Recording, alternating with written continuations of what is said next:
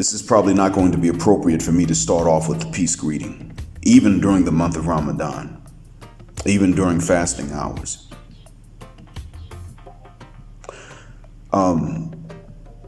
Ladies, this is for some of you African American Muslims on Facebook especially, but this is largely for African American women. First, I'm not here to tell men to take accountability for the sour relationship between the genders in the black community, nor in the West as a whole.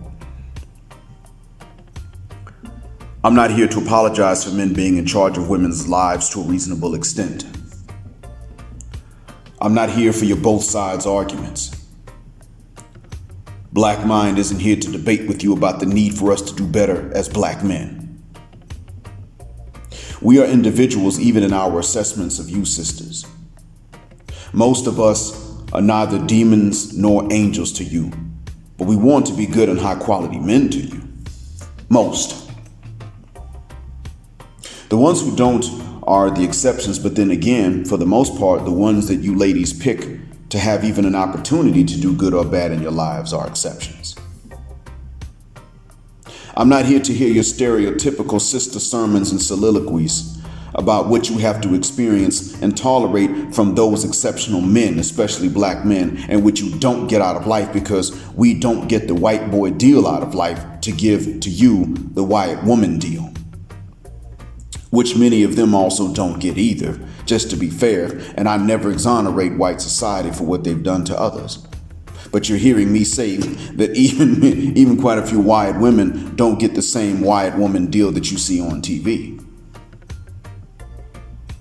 You're assessing what we've withheld from you unjustly based on television and not even based on what you can observe in real life, but you will factor in a real life confirmation of what you have seen on TV.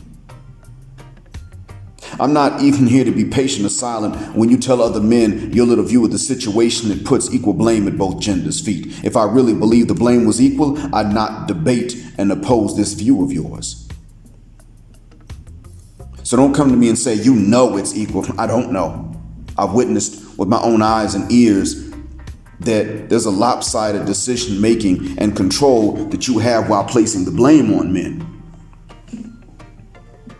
Even if my experience is only anecdotal, the fact is I've witnessed a pattern even amongst other men. I don't have a situation in which I look at TV and then every so often in real life I get a confirmation of what I think is on the television to be real. No, it's quite the reverse. I see something in real life, and lately I've seen on social media where men have sat up and explained and confirmed what I've seen in real life. Sisters have a lot of leeway and control that men don't, but then turn and take no blame for the decisions that they make. But then will blame themselves if they make decisions that spoil a man. See, the only time I hear women blame themselves is when they make decisions that were good and convenient for a man and didn't put more hardship on his shoulders. In the event that a man is stressed, then they'll say that his job is to face that. You, sisters, will say that his job is to face that. But in the event that a man is too happy, even if he's just not unhappy, and even if it's not at her expense, then you'll try to decide to blame yourselves for his comfort. Think about it. Do you really want to be the most attractive woman a man has ever dated or married? You, on one hand, do. But on the other hand, once he acts like you are, tells you that you are, and treats you as if you are, then be honest. Do you still want to stay with him after that? You're sitting up saying, well, if I'm the best he's had, that means I can do better. It's too easy for him. So I'm not getting the best man. That's your thoughts. So ladies, if you're in your middle 20s, you probably are aware of how you undervalue a man significantly based on how highly he rates you. So why is it that though we can see videos of women in their early 20s and even teens expressing awareness of this, women in their 30s are not outgrowing it? A lot of you African American women including the Muslimas, are saying to me things like, may Allah soften my heart towards black women. Excuse me? I'm married to a black woman from Africa.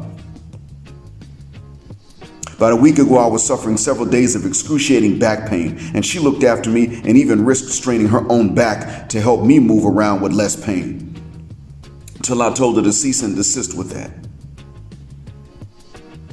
We have these gallon bottles of water for the water dispensers here. She carried them upstairs, not me, because I would have permanently torn the muscle from the bone in my back if I carried them. So imagine that she did it, and she did it when I didn't see it, so that I wouldn't tell her not to. There are African American women that would do that for a short while, but the countdown begins as soon as the man has the injury, and those women usually have to believe they're simply not as beautiful as others to even be that devout. See, we black men are tired of the notion that we owe more loyalty than we can ever be owed. That we shouldn't leave a woman or even marry another just because we can, while sisters should leave a man for a better or just luckier man simply because she sees the chance, and that it's the man's fault because another man was better or just in a better and more comfortable situation. You sisters can tell us men that you had it bad with men you married, but understand that we already know how you got approached. Whereas we men have to approach, impress, continue to dazzle, and then lose you still, and be patient and understanding that it's our right and your fault. Actually, that it's your right and our fault when you leave. These are the expectations, and you have the nerve to come and tell us both sides. No, it's you and it's not us. I know what I said is one-sided. I witnessed it with my own eyes and my own ears, and even with the confessions that women are now making, looking into cameras and posting on social media. Showing a higher self-awareness and a higher consciousness of their up-fuckness at younger ages than what I expected. So we're left to wonder why you refuse to approach a man you do like when you're so strong and independent, and you go after everything else you want in life, but you will conspire with other women whom you don't even like to make sure that we men don't know any right way to do what you demand we do, which is approach you as though you're not strong and independent and have agency, while respecting you somehow as strong and independent women who have full agency. The best way to describe your behavior is the way that a few men in comment sections have described, but I've not heard spoken out loud on a video, but I've seen written down. And that is this: you want men's power, or what you think, or you want what used to be men's power. But you want women's privilege and children's accountability. Sisters, especially those of you who debate with masculinist guys like Dr. T. Johnson, Dr. Ronald Neal, or me, know this. Black mind will take no accountability, nor will I be silent as other men do take accountability for any reason other than that we have been too easy, that we have tried too hard to win your selection, approval, and respect, and accepted these mutually exclusive conditions of respecting your strength and independence while taking initiative as though you are to be taken care of, because you have no strength and independence, leaving you to do nothing but criticize our approaches and efforts, unless we're exceptionally lucky in some involuntary categories like height, that you will measure and count more than anything over which we have control. Stop using Khadija, may Allah be pleased with her, as a way to tell us that we should marry old single moms whose baby daddies aren't with them anymore, while ignoring that Khadija, may Allah be pleased with her, was a widow and not just a single mother, a wealthy businesswoman, and probably only 3 years older than Muhammad sallallahu alaihi wasallam, and not 15 as commonly thought. Beautiful and sought after by wealthy men whom she declined to marry. And then she approached Muhammad sallallahu alaihi wasallam for marriage when he was a poor orphan man. And why does she do all of this? Because of his character. She didn't play Miss Strong and Independent until it was time to tell a man in whom she was interested, and then switch up to Miss Traditional.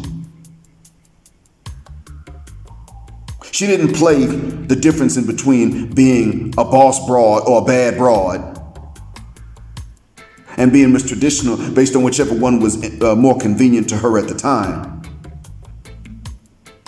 The balance she struck between them, she kept and maintained. She combined the two in such a way as to be the most convenient to a man whose only asset was his honesty and eventual prophecy. We don't compare to Muhammad or any prophet, and to them be peace, but you are further from Khadijah or Hafsa or other mothers of the believers than we are from the male Sahaba or even the Anbiya. Until the day when we have the same options as you, and I mean normal men amongst us have the same sexual options in or out of marriage. Not that we should take the ones out of marriage, but until we have the same options to refuse. I not only refuse all accountability for anything other than being too easy and giving you too many options compared to how few we have, but I won't even butt out when other men take accountability for anything other than this.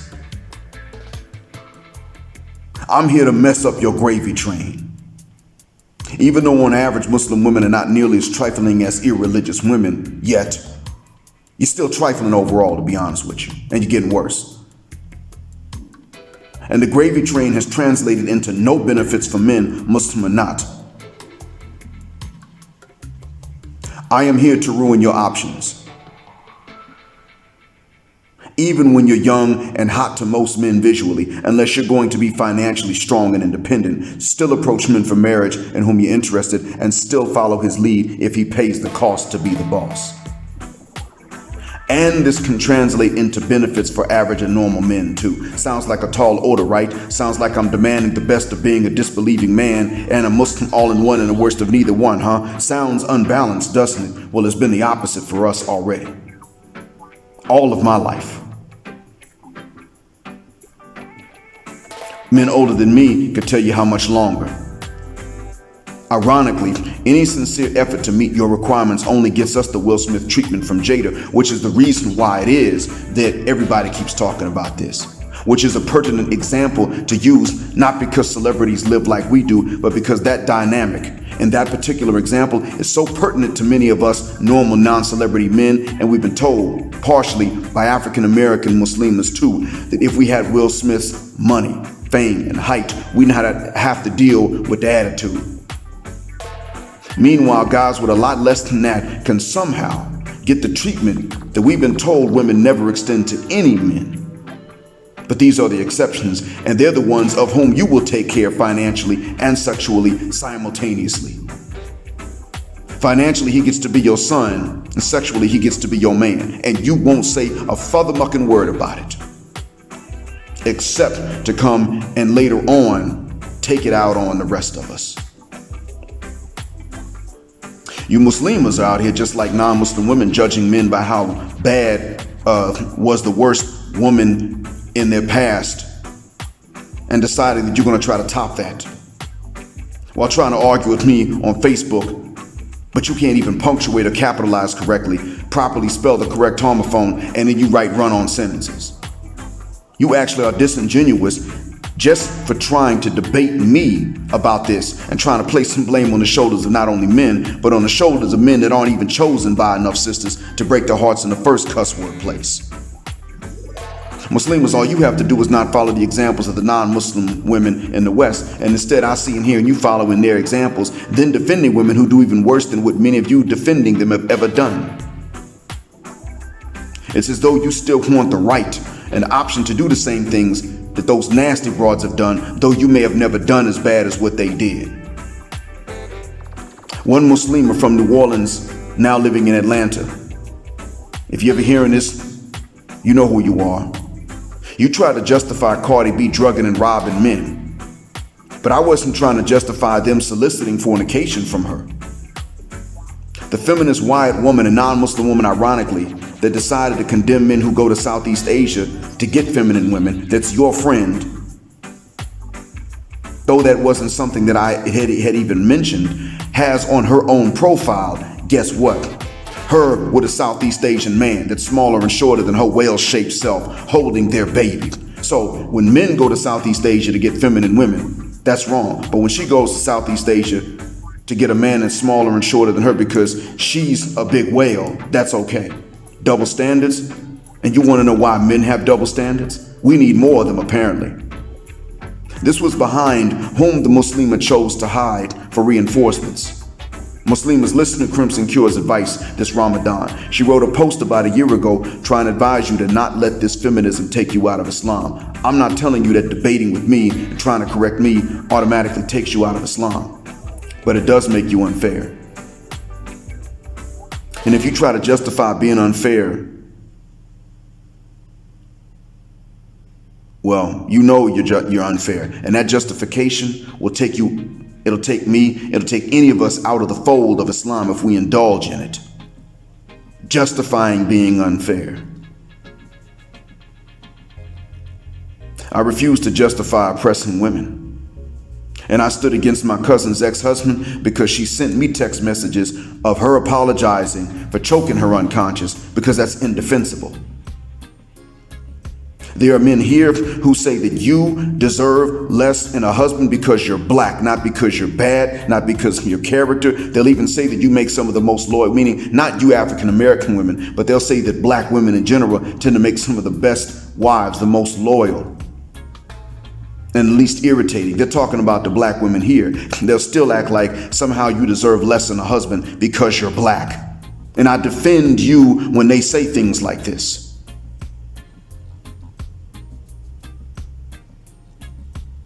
But that's because they're attributing it to your race. So if you want to say that you should be defended when you're right, then you already have that in me. The same man that online gets on you and will not take accountability and puts it right back at your feet where it belongs is the same man who in real life doesn't even hang around non-black Arabs anymore, just in case they say some, all puns intended, off-color stuff about you. Not because of your bad Western ways, but because you're black, because of your race, because you got 4C hair, high melanin counts, wide noses, big lips. So you see, what you're asking, what you're saying that I should be doing, I've already been doing for years in real life. And I'm not the only one. We had rideshare drivers in our city afraid to say two furthermucking words to black female passengers for a long time. Some of them started getting fresh and flirty with Western women in general. We put the word out, you do this to a black Western teacher and we're gonna beat your behind. First, we'll tell the cops, and if we find out that you're not in trouble, we will beat you because we'll have your tag number. Nothing happened to us for making a threat, and they stopped. So we've already done that.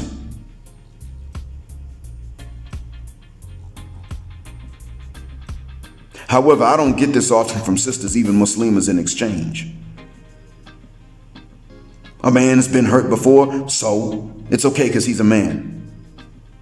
He shouldn't even leave he shouldn't even leave her for another woman that would not do that to him. So I'm willing to be fair, but right now as things are and have been for decades just between us black folks, it is fair for me to tell sisters to take accountability collectively or lose all options in black men that are even 3s out of 10 in a mating market value scale. It is fair for me to put the bulk of blame at the feet of sisters based on the choices and options you have and based on the secrets that we're just now discovering through social media.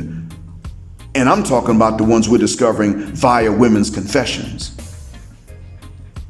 Versus the lack of choices and options and even the lack of information that we normal men have. Information about what you want and will do to get it. I'll change my message when you collectively change not only your tactics, but change to the point that you don't need tactics, that we don't need tactics. And if that means you have to change your very core nature to want what doesn't demand tactics because it's in line with what we want, then so be it. Take that burden, because anything we like as men, you automatically demonize, even when it's something on which we would normally agree. Crimson Cure done already told us. You'll even withhold them drawers within a marriage. You'll withhold the drawers which you yourselves want just because the man might like it too much and you need to control him. This shows an evil motive right there, even if we don't fully understand the motive, because only evil would explain that level of conspiracy within a gender that doesn't like itself that much, just to keep the other gender in the dark and deceive into a collective guilt for what a minority of that other gender even had opportunities to do, let alone accept it and then did. Because remember, the minority that has the opportunity is not equal to the percentage that takes the opportunity and does it.